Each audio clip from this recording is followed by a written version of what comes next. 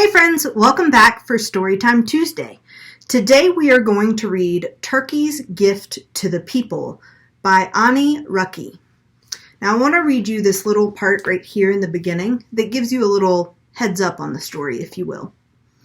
It says, this story is based upon a traditional Navajo folktale.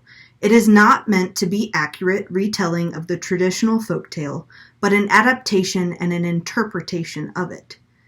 People is used throughout the story in the Native American way of referring to animals as the animal people, thereby acknowledging the close relationship between all forms of life.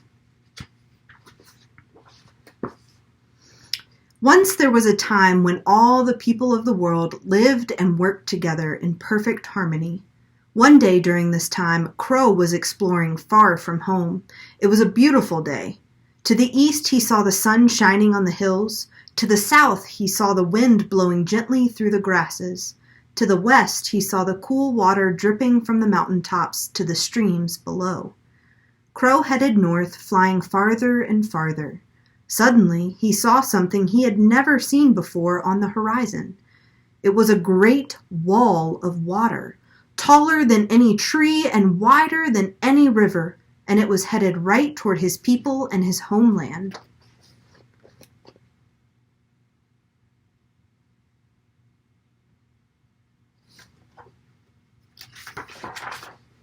Quickly, Crow turned and flew toward home, calling to the others along the way to warn them of the great wall of water that would soon flood their low, flat land. The people gathered together and listened to Crow, and they began to worry.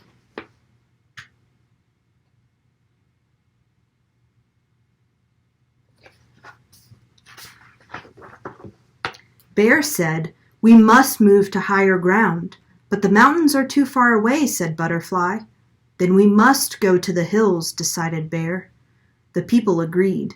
"We must go to the hills and wait there for the water to recede."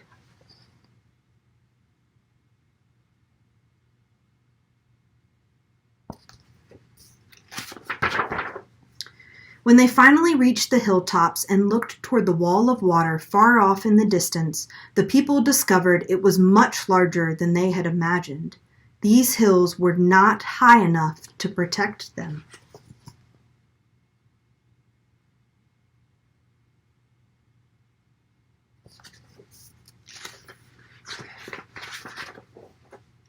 Then Mouse stepped forward.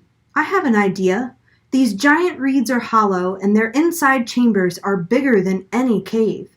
If we can get inside, we can wait there until the water passes."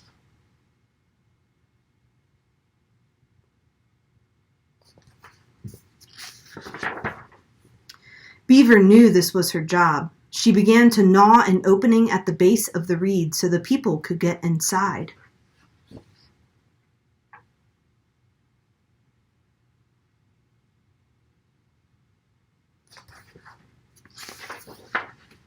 When Beaver finished, the people began to file into the reed 2 by 2. But very quickly the chamber became crowded, and the people realized this single chamber could not hold them all. "Beaver," said Moose, "climb onto my back and chew a hole through the chamber above." So Beaver climbed onto Moose's back, but she could not reach the top of the chamber.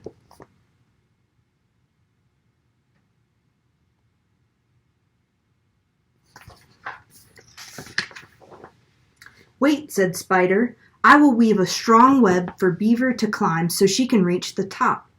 When Spider finished, Beaver climbed the web and chewed a hole through the next chamber. In this way, Beaver and Spider worked together to open chamber after chamber, and the people followed them, moving farther and farther up the reed until everyone was inside.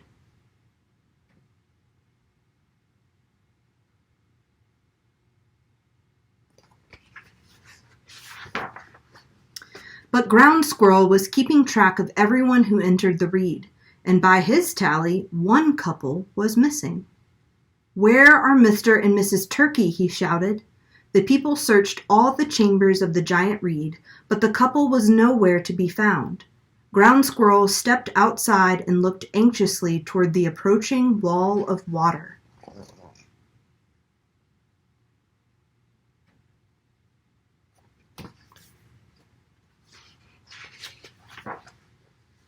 Eagle knew he could help, so he swooped down out of the reed and circled high in the sky in search of his friends.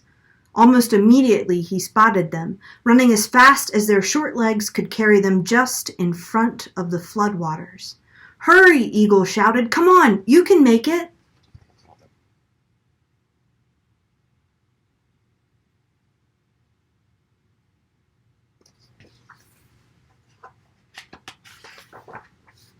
It seemed like forever, but finally the couple flopped through the entrance to the reed, puffing and panting and gobbling. Everyone crowded around them while Wasp quickly sealed the opening so no water could get inside.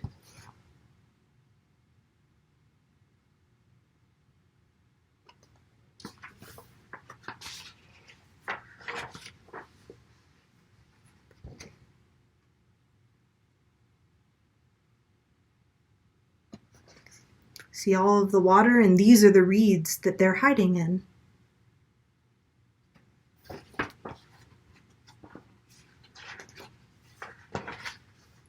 The people blurted out, "What happened? Where were you? You could have been killed." But Mr. and Mrs. Turkey were still trying to catch their breath. Finally, Mr. Turkey stood up and spoke.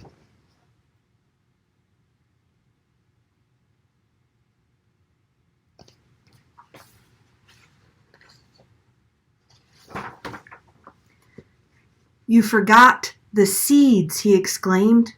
Then he spread his feathers, letting the thousands of seeds that he and his wife had collected fall to the ground, the seeds the people would need to rebuild and survive after the floodwaters receded.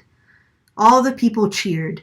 Each of them had helped in his own way, but it was the turkey who had remembered the seeds.